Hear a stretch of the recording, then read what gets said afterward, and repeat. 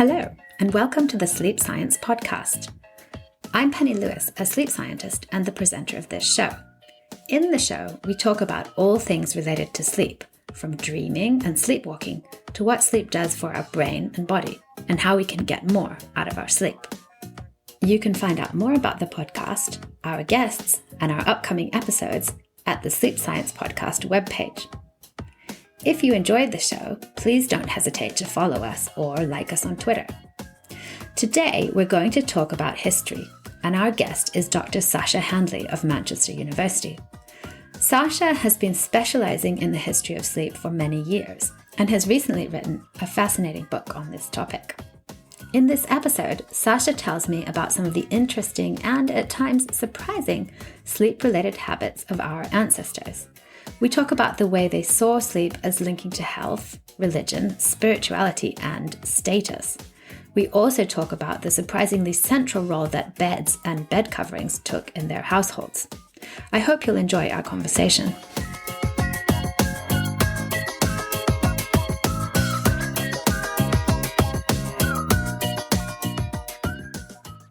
We first met quite a few years ago when Sasha invited me to a wonderful meeting about the sociology, philosophy, and science of sleep. And it was just something completely different for me and really fascinating. And I learned lots about all of those things. And so it was partly because of that really positive memory that I thought it would be great to include Sasha and hopefully some of those other topics in this podcast. I've had a look through your book and I've tried to come up with interesting questions, but please feel free to expand on these. So I guess the first question is, I understand that our ancestors took sleep a bit more seriously than we do. Can you talk a bit about that? How did they take it more seriously? They had a different set of motivations for taking care of their sleep on a day-to-day basis, and that is explained by two main contexts, I guess. The first one is the very distinctive medical culture of the period that I study, so largely the 16th, 17th and 18th centuries. And that is a medical culture that's largely preventative in nature.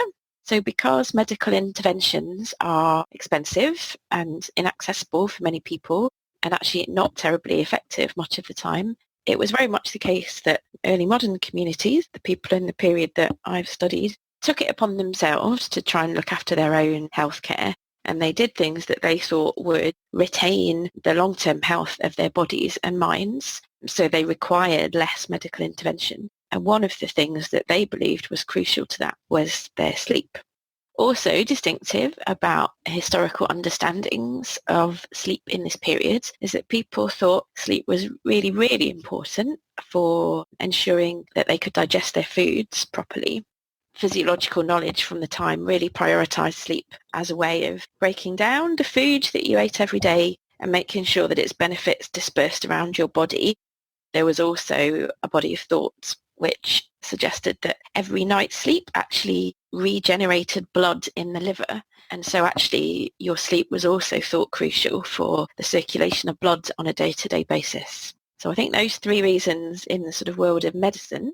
The other context that's really crucial is people's religious beliefs. And so you get all kinds of really interesting religious insults thrown at people who don't sleep properly. And I think from those you get a real sense of why people thought it was crucial to their physical health, but also actually to the health of their soul. So it's sort of one of the things they thought they could take care of, and it would ultimately help them to gain God's favour and make sure they ended up in heaven rather than hell. And so, I think that's something we can all get behind, isn't it, really? Yes, definitely. I'm just curious about the insults. One of my favourite is Solomon's sluggard or slugabed. That's another one for what we would call a late riser. Lots of these kinds of insults are adapting words that you find in Holy Scripture, which gives them, I think, an extra force and resonance. But yeah, and there are accounts of people almost feeling a sense of competition about their sleep patterns. So, for example, I've come across evidence where a very religious person has got up very early in the morning. They like to wake up early because they think that they get some kind of special divine benefit from waking up with the sunrise. But you'll find them commenting on having walked past a neighbour's window and seeing the curtains still shut. And there's almost a self-congratulatory or smugness about the way in which they write about, the fact that they're up earlier than their neighbours and they're going to be higher up the queue for getting into heaven when the day of resurrection comes. So those moments I find quite entertaining. So it's all about getting up earlier. It means needing to sleep seasonably. And I think what they meant by seasonable sleep was making sure that you slept at broadly the same times every day, that you had a regular pattern, and that pattern mapped onto the hours of daylight as far as possible. So they had a very strong sense that time spent in the sun was healthy and that time spent in the night air was dangerous. And actually lots of the medical treatises from this period refer to something called miasma and noxious air. It's an idea really that the nighttime air was poisonous and harmful to the body. And so you have an extra need to defend yourself from it by making sure that you're asleep at the right times and not out partying. Most of the advice literature suggests that for your average healthy adult, they were advised to sleep for sort of roughly 7 or 8 hours a night. It's not that dissimilar actually to healthcare advice that we have with us today. But obviously, depending on who you were, what kind of job you had, and your stage of life, it wasn't always possible to get your full 8 hours. But that was the recommendation for most people. There were special rules for pregnant women. They were allowed to sleep longer and during the daytime, and old people as well had their own rules. For most people, it was not thought to be a good thing to nap during the daytime. But the older you get, the more permissible that kind of daytime napping seems to become. So they do make exceptions, and they do also recognise that people's digestive processes are different from one another as well. So if you have what they call a weak stomach, you might need to sleep for a little bit longer because it would take you longer to digest your foods. But if you're like strong and healthy and robust, then you don't need as much sleep. Fascinating. So do you think they have any habits or beliefs about sleep that we could really learn from today that we should be paying attention to?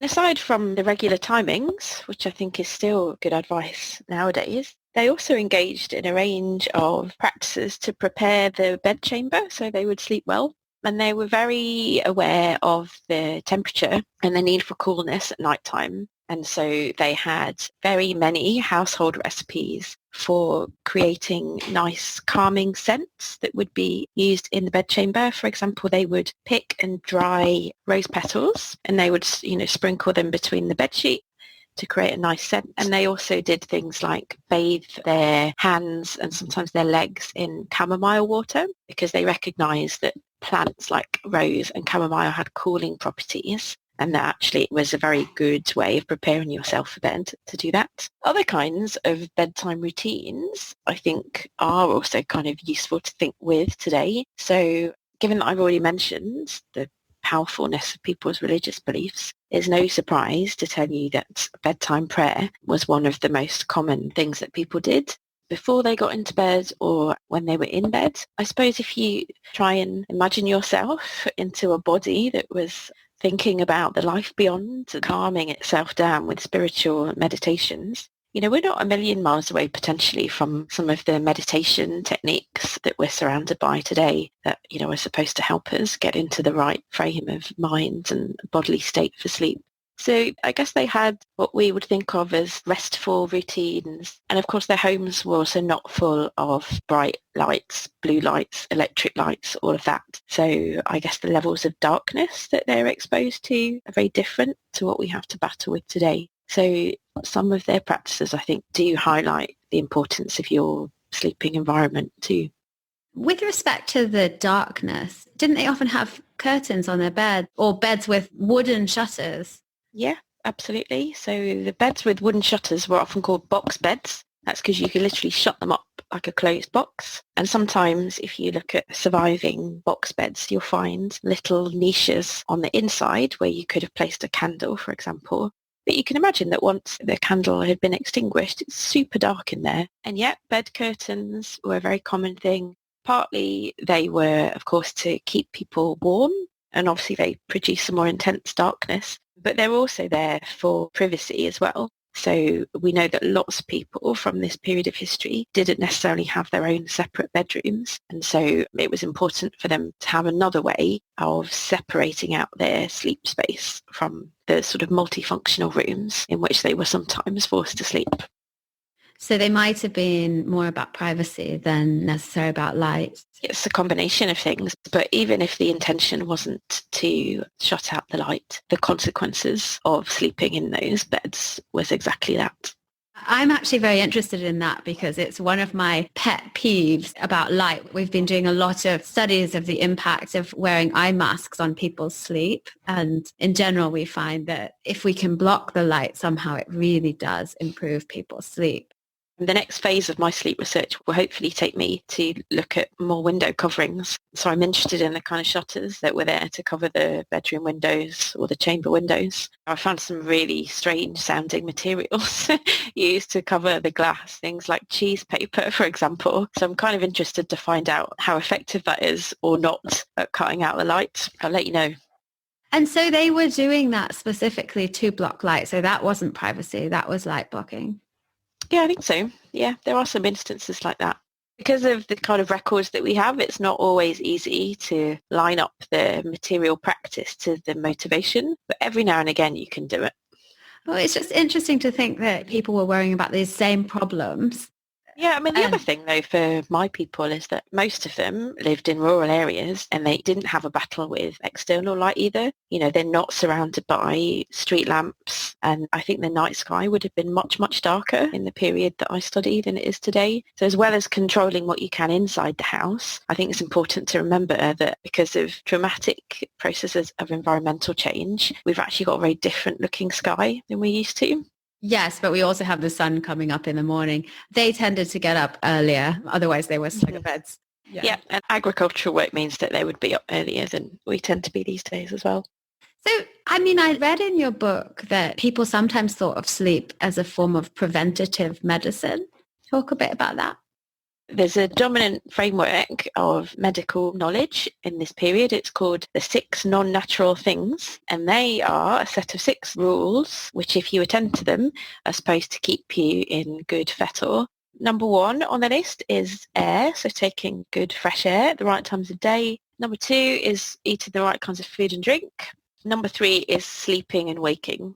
I think 4 is something like excretion and retention, which is sort of bowel movements and sweat. And then you've got emotional regulation and exercise. So, you know, things that are not that surprising to us. And that system of knowledge really underpins a lot of the healthcare guides and practical advice that circulates, not just in England and Britain and Ireland, but all across Europe at this time. And those principles are also developed out of classical Greek medical knowledge as well. So they're very long-standing and very influential. And I think there was something about lying on the right-hand side first half of the night and then the left-hand side. Why was that? Yeah. So that's partly going back to the issue of digestion that I mentioned earlier. So because sleep is so closely connected to good digestion, people talk about sleeping first on the right-hand side of your body because that is thought to be the hotter side because it's close to your liver. So the idea is if you start off the night on that side, the food in your stomach will break down more quickly and its nutrients will start to disperse through the body. Then in the second half of the night, you're supposed to turn onto your cooler left side so that the vapours or the air that's built up on the right-hand side can be released and spread around all of the body together. So I think it's really about how they think digestion worked. I mean, obviously it didn't work like that, but at the time they thought it did. I've always wondered if it's connected to that phrase, you know, getting up on the wrong side of the bed, the idea that you're slightly disordered because you haven't slept in the right order. I do wonder if the roots of that phrase have something to do with this practice. I mean, the other thing is, I guess it also maps on to that pattern of segmented or biphasic sleep that we all now know was fairly prevalent in this period. So because you are potentially getting up after 3 or 4 hours, it's easier to control which side you're lying on than if you're just continuously asleep for the full 7 or 8. Yes. Can you talk a bit more about that? So how did the biphasic sleep actually work? How long were they awake in the middle of the night? People were maybe asleep for sort of 3.5, 4 hours in each of their sleep phases, and they seem to have been awake for anything between sort of 1 and 3 hours in between. I would have thought it would be closer to 1 for most people. But occasionally you find people mentioning what they've actually done during those waking hours. And that's a big variation of things. So it could be finishing off the housework, having sex, reading a book, brewing beer I've found before as well, taking the dog for a walk, all kinds of things. Oh, so they would actually go outside? Yeah, occasionally they do mention that, yeah. Oh, fascinating. And that's something obviously that's really changed. Do you have any idea when it changed? The work that has been done on this seems to assume that it's industrialization, the adoption of factory time, clock time, different kinds of working hours and practices, and that coincides almost precisely with the widespread introduction of electric lighting. So we're looking early to mid-19th century, at least in Britain, but it will be different, of course, in other parts of the world. Yeah, I'm sure it is. Earlier on, you touched on sleep and religion with the bedtime prayers, but I know that there's a lot more you could say on that topic about links with death and just general beliefs. Yeah, so just briefly, I guess, the way that people understood what sleep was is quite different to today. And they do see sleep and death as very closely related bodily states. And that really goes back to classical literature where the gods of sleep and death are actually brothers. You have it reiterated through new translations of Ovid's Metamorphoses, which is very popular, for example, in the 16th century. You also have the Bible, which is full of examples of people dying in their sleep. And that could be because your enemy has crept up on you while you're at your most vulnerable and knocked you over the head. But you also find hundreds and hundreds of instances of people being preyed upon by the devil and all kinds of demonic forces during the nighttime. For really modern people, the devil's power was thought to peak during the hours of darkness, and that's when he was thought to be at his most active. So one of the functions of bedtime prayer is actually to pray for God's protection whilst you are asleep, because God was believed to be the only being, aside from the devil, who didn't need to sleep and therefore be able to watch over you. And if you were lucky enough to wake up in the morning, you would then say your morning prayers, which actually are there to give thanks for preservation during the night.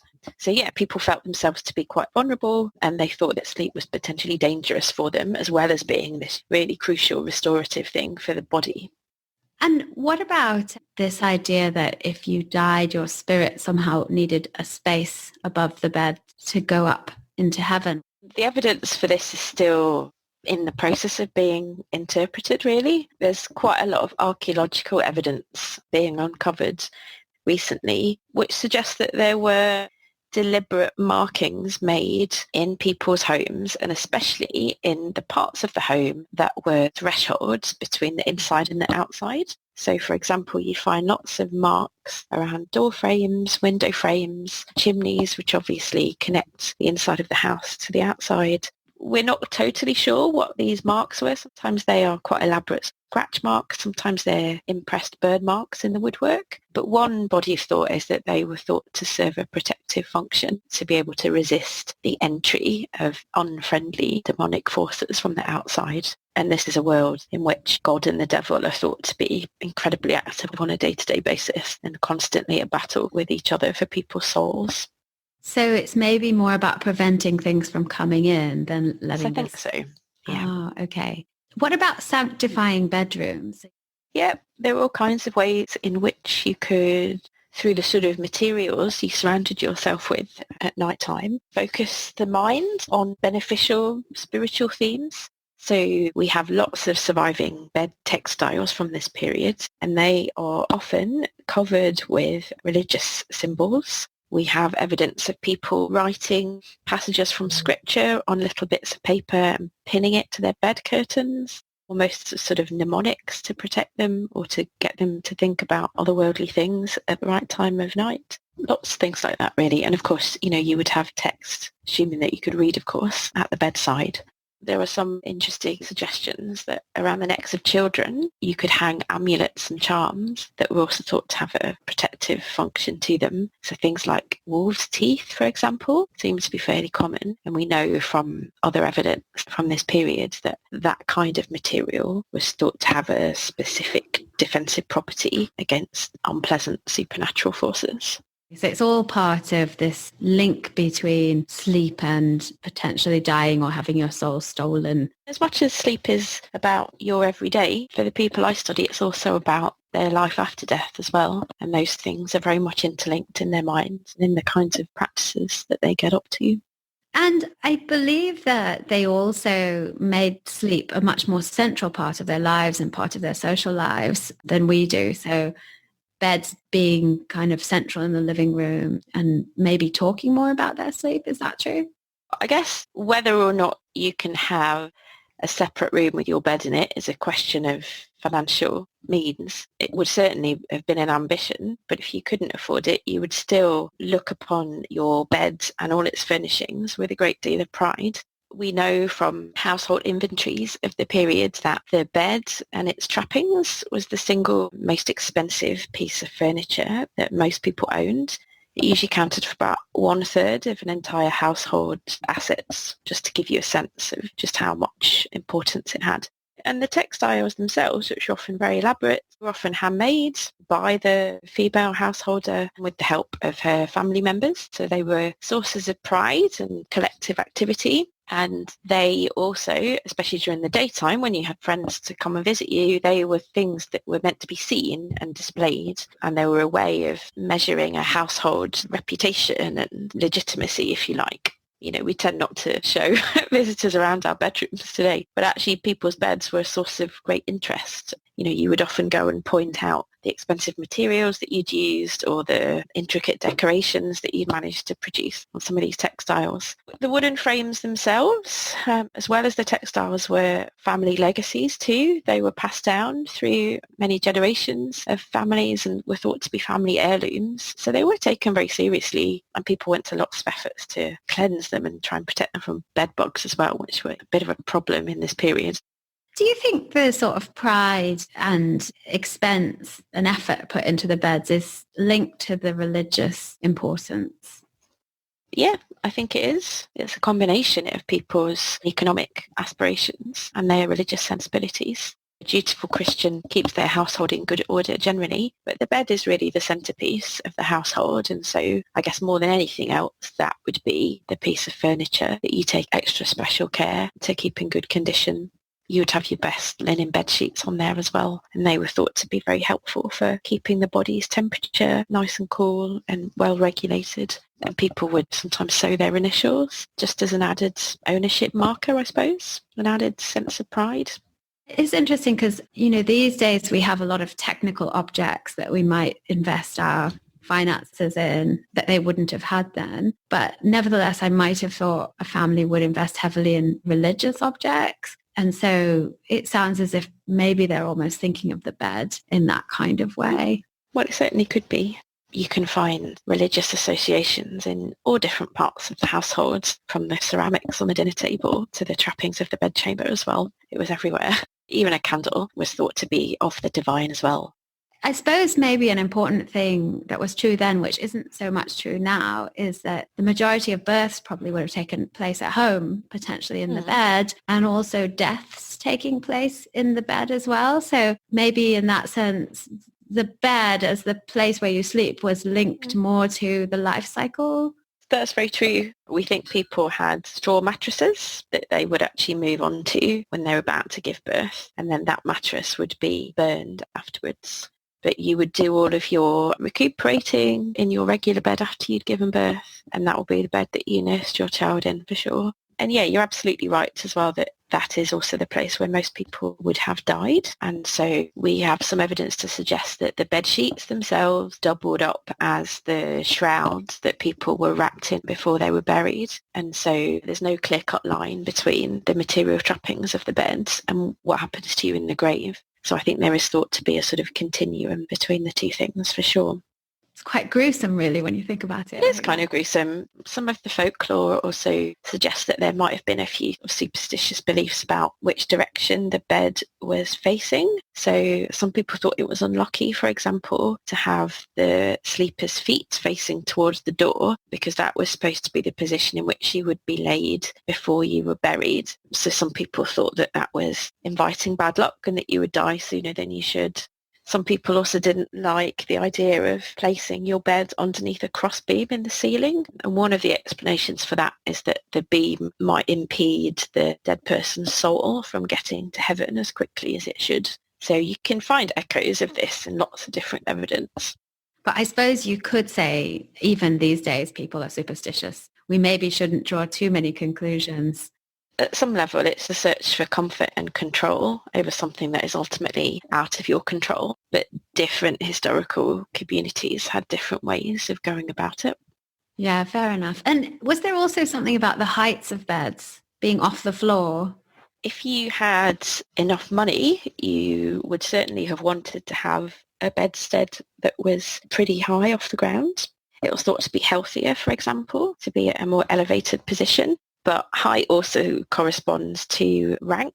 And I suppose at some level it gets you slightly closer to God. And the height could be created by the bed frame itself, but we also know that people would layer up mattresses. So if you had plenty of money, you could have anything up to 5 or 6 mattresses sat on top of one another.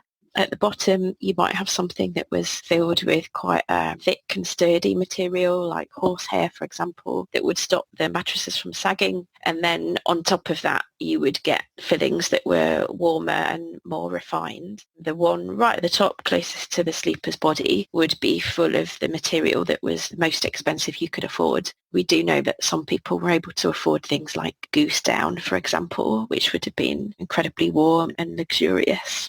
So height is about wealth and status, but I think it's also about healthcare as well. So the princess and the pea is not such a fantastical idea after all. No, not at all. It makes total sense to me now after having spent many years doing this research. Yeah. Oh, I just have a great image in my head right now of the ladder going up all those mattresses. Louis XIV had a little set of steps to get up there. And, you know, he's a monarch who had a whole elaborate royal ceremony around his bedtime. He would actually invite his courtiers into his bedchamber to watch him being put to bed, but also being gotten up in the morning as well. And people's proximity to that was thought to be the greatest gift that the king could bestow, because, of course, he was such a powerful person. He was exposing himself at times when he was vulnerable, essentially, and that was the gift. I think it was a show of power on his part because the bed is so incredibly lavish, and also he would signal who his favourites were at court by giving them particular jobs to do around his bedtime habits. So somebody would be responsible for putting on his nightshirt, someone else would be responsible for brushing his hair, all these kinds of things. So actually it exuded power rather than vulnerability, I would say. Okay, it's such a different way of looking at it. It's fascinating. So let me ask, it's a fairly unusual area to study. How did you get into this in the first place?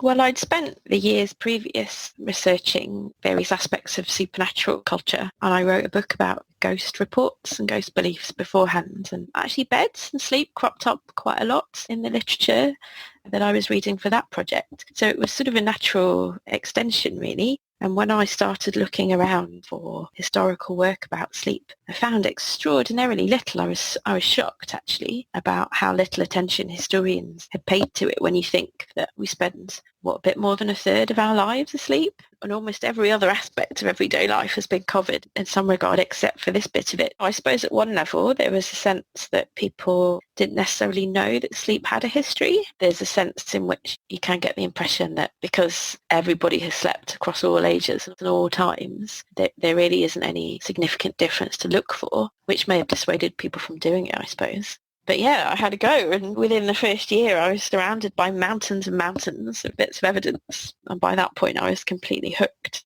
It was also very clear from an early stage that it was something other people were really interested in knowing more about.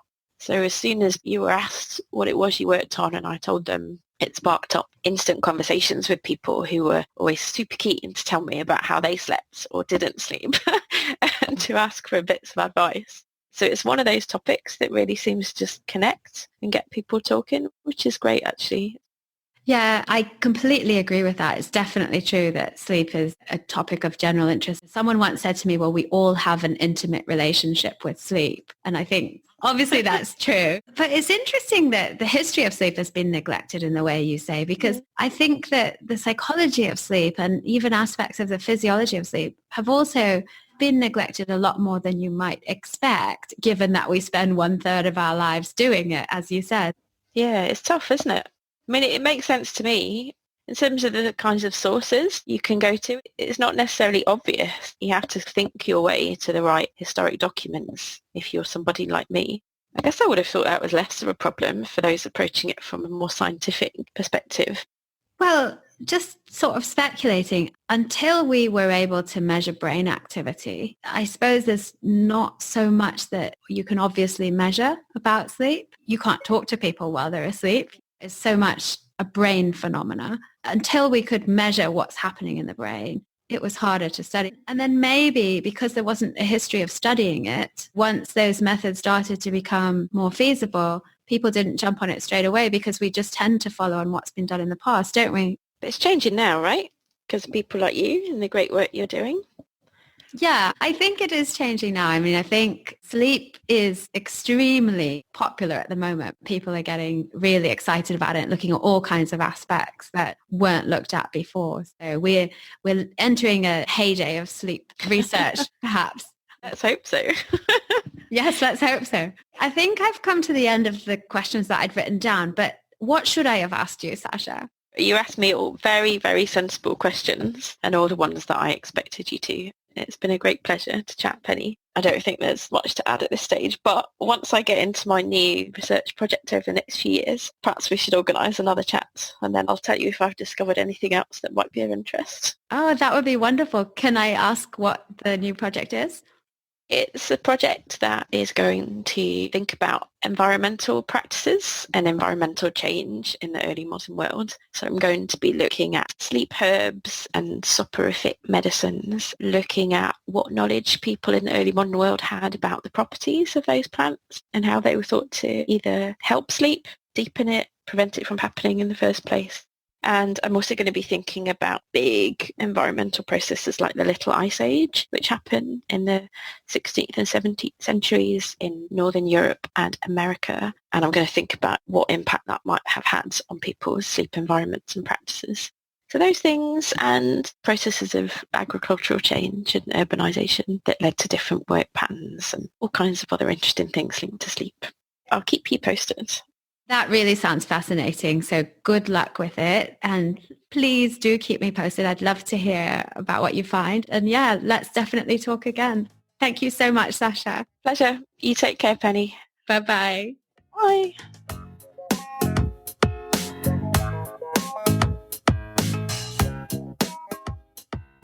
You've been listening to the Sleep Science Podcast with me, Penny Lewis, and my guest today was Dr. Sasha Handley of Manchester University. Our producer was Dominic Carr. The Sleep Science Podcast is a production of the NAPS Sleep Lab at Cardiff University. You can find out more about the show, about our guests, and about our upcoming plans and episodes on the Sleep Science Podcast webpage. Just search Sleep Science Podcast on Buzzsprout.